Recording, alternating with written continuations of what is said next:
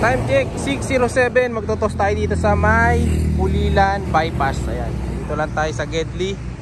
Maganda panahon today. So re-release na natin dahil na-release na yung kasabay natin na ni-release to sa kabilang club. Mamaya mag-aabang tayo ng mga Warriors natin. Pauwi si Kobe mamaya, naka-pooling. Pawala na natin yung tatlo na to. Tatlo lang to. Dalawang old bird saka yung isang naka-young bird natin. Release na ni Tatay Madla. Tayo game. Sa ating pinto. Ako na. Nagluloko kasi yung T-box natin mamaya malaglag eh. Baka matanggal. Ayan, lipad. Yo, let's go. Ayun yung tatlo nating Warriors. Lumipad na sila. Kailangan hindi mawala yung isa na yan dahil next week sasakay na natin yan sa truck.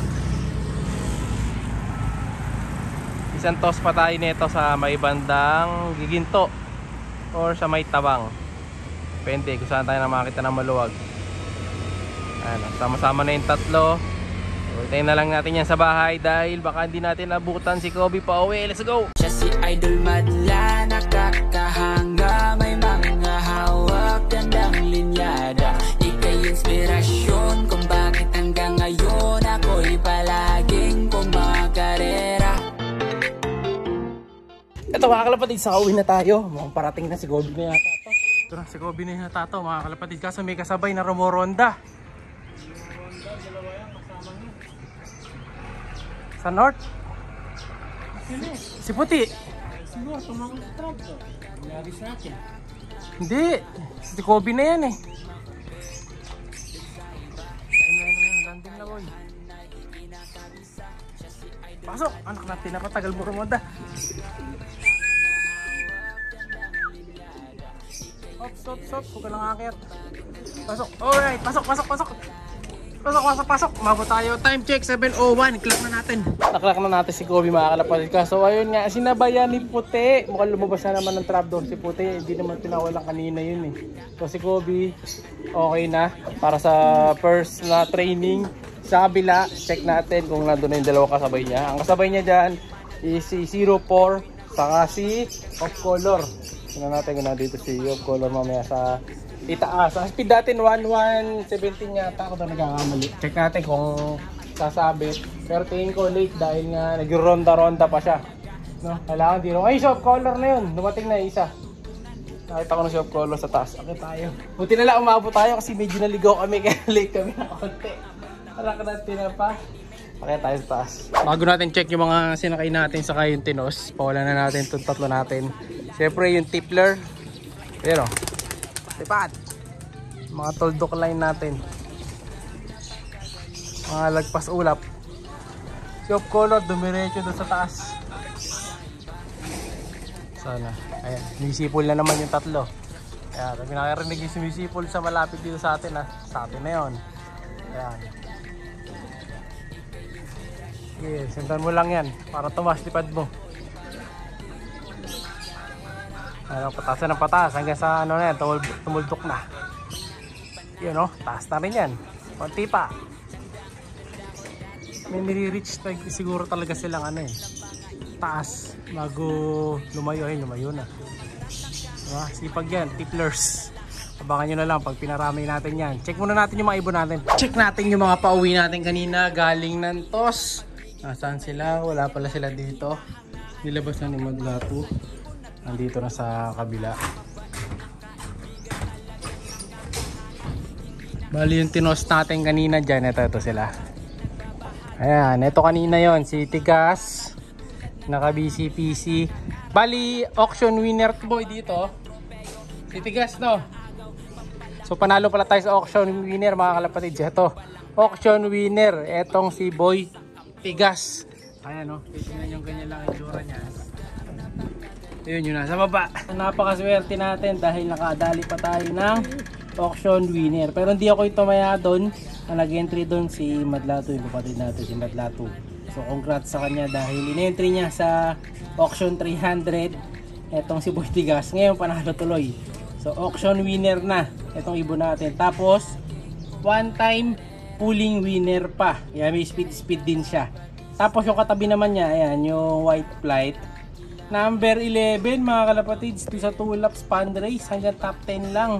Kinapos tayo ng 2 points. Yun yung naalala ko na nung dumating tong si 03, ang nangyari, nakalimutan natin mga kalapatids, di ba?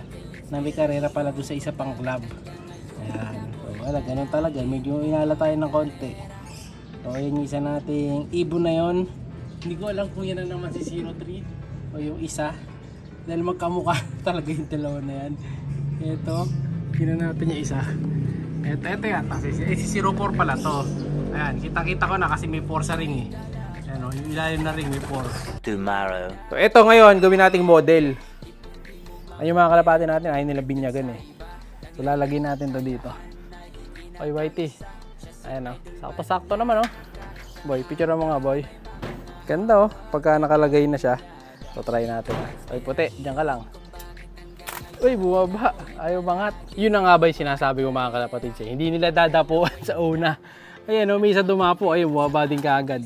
Dahil nga di pa nila kilala. Pero at least, nakita nyo na may nakadapo na kalapate. Dinadapuan pa rin nila yung dati nilang hapunan. Pero masasanay din naman yan. No? So papalitan natin lahat nga yan. Konting ipon pa. Yung gawidon, di na natin lalagyan yung gawidon para mas maganda tingnan. Isang mukha lang lalagyan natin.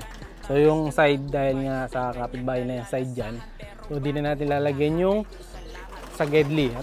Uy, nako, natatakot talaga sila. Kita nyo, pababa na yung isa. Hindi pa tumuloy. Pero okay lang yan. Mamaya, lilipat din. Ngayon, sara na natin. Hindi na-shoot. Ay, ma-shoot ah. Yan. Ito ang sinasabi kong kapalitan pa natin. Ayan. Kita nyo. So, marami-rami pa to. Nabulok din pala dito. Hindi naman gano'n naaarawan to ah. Pero papalitan din natin yan lahat. Kaya kita nyo yung mga ibon natin dito, nasa baba lang sila. Dahil nga wala silang hapunan doon. Ayan o. Yan yung mga young birds natin.